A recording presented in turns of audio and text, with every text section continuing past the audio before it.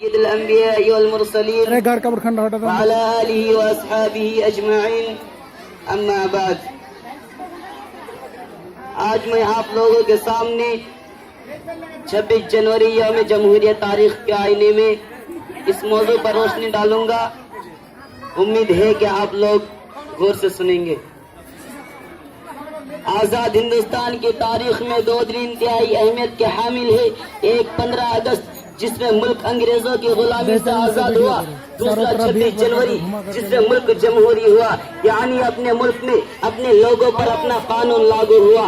آزاد ہندوستان کا دستور بنانے کے لیے ڈاکٹر بھیم راؤ امبیڈکر کی صدارت میں 29 اگست 1947 کو 7 رکنی کمیٹی تشکیل دی گئی تھی، جس کو ملک کا موجودہ دستور مرتب کرنے میں 2 سال 11 ماہ اور 18 دن لگے. دستور ساز اسمبلی کے مختلف اجلاس میں ہر ایک شق پر کھلی بحث ہوئی. پھر 26 نومبر 1949 کو اسے قبول کر لیا گیا اور 24 جنوری 1950 کو ایک مختصر اجلاس میں تمام ارکان نے نئے دستور پر دستخط کر دیا.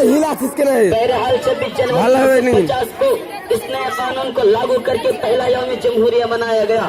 اس طرح ہر سال 26 جنوری یوم جمہوریہ کے دن کے طور پر پورے جوش و خروش کے ساتھ منایا جانے لگا، اور 15 اگست 1947 کی طرح یہ تاریخ بھی ملک کا قومی اور یادگار دن بن گیا.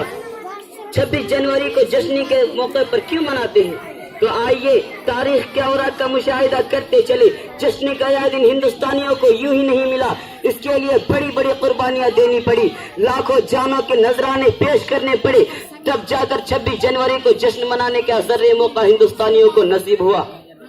انگریزوں کا پہلا قافلہ 1601 میں دور جہانگیری میں ہندوستان آیا تھا. اس حساب سے ہندوستان سے انگریزوں کا انخلا 1947 میں 346 سال بعد ہوا. اس دوران ظلم و بربریت کی ایک طویل داستان لکھی گئی، جس کا ہر صفحہ ہندوستانیوں کے خون سے لالا زار ہے. جذبہ آزادی سے سرشار اور سر پر کفن باندھ کر وہ اپنی آزادی اور اپنی تہذیب و تمدن کے بقا کے لیے بے خطر آتش افرانگی میں کودنے والوں میں مسلمان سب سے پیش تھے. جنگ آزادی میں اگر مسلمانوں کی قربانی الگ کر دی جائے تو ہندوستان کی تاریخ کبھی مکمل نہ ہوگی. آزادی ملنے کے بعد سب سے بڑا مسئلہ یہ اٹھا کہ ملک کا دستور کیسا ہو، مذہبی ہو یا لا مذہبی، اقلیت و اکثریت کے درمیان حقوق کس طرح طے کیا جائے. آزادی ملنے کے بعد ملک میں سیکولر جمہوری نظام نافذ کرانے میں جمعیت علماء ہند کے رول کو نظر انداز نہیں کیا جا سکتا. جمعیت علماء ہند کے ناظم عمومی مولانا حفظ الرحمان سیوہاروی نے دستور ساز اسمبلی میں اقلیتوں کو مراعات دلانے میں اہم کردار ادا کیا. چنانچہ آئین ہند کے اس ابتدائی حصے میں صاف صاف لکھا گیا ہے کہ ہم ہندوستانی عوام تجویز کرتے ہیں کہ ہندوستان ایک آزاد سماجوادی ہندوستان کی حیثیت سے وجود میں لایا جائے، جس میں تمام شہریوں کے لیے سماجی، معاشی، سیاسی انصاف، آزادی خیال، آزادی اظہار رائے، آزادی عقیدت و مذہبی انفرادی تشخص اور احترام کو یقینی بنایا جائے گا، اور ملک کی سالمیت یکجہتی کو قائم و دائم رکھا جائے گا. 1971 میں اندرا گاندھی نے اس ابتدائی میں لفظ سیکولر کا اضافہ کیا تھا. ہندوستانی جمہوری نظام ایک بہترین نظام ہے جس میں مختلف افکار و خیالات اور تہذیب و تمدن کے لوگ بستے ہیں، اور یہی رنگا رنگی یہاں کی پہچان ہے.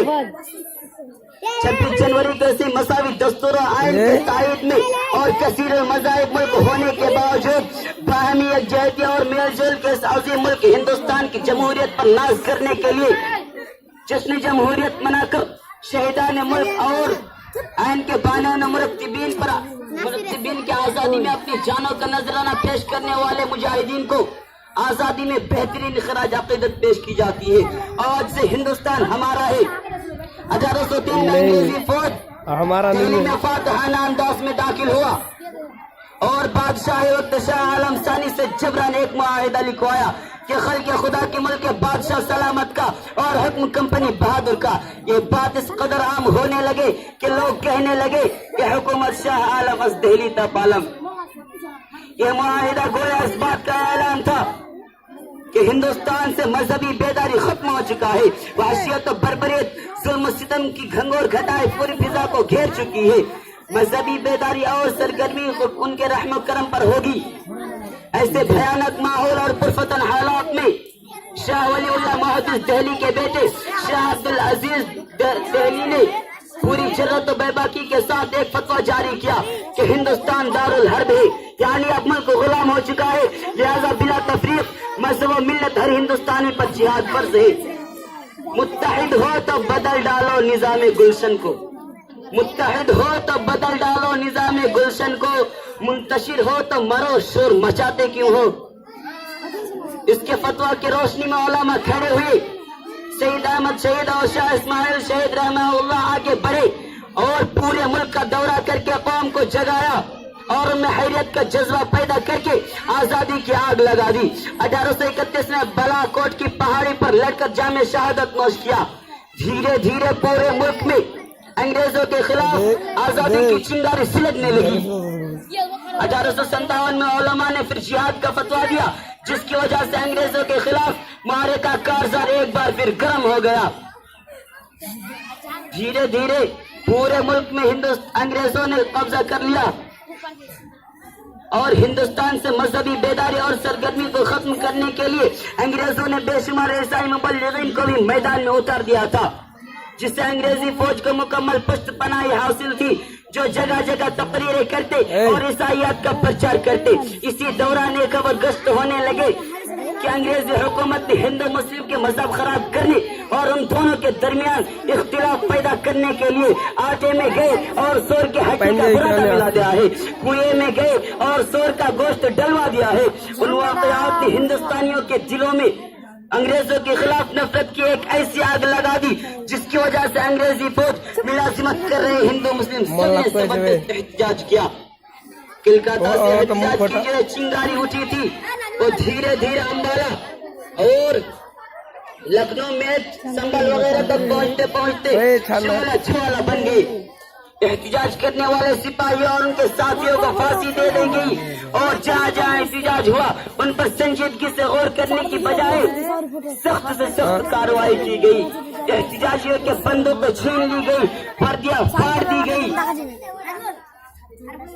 ایسے میں اپنی تقریر ختم کرتا ہوں۔ اس بار آئے گا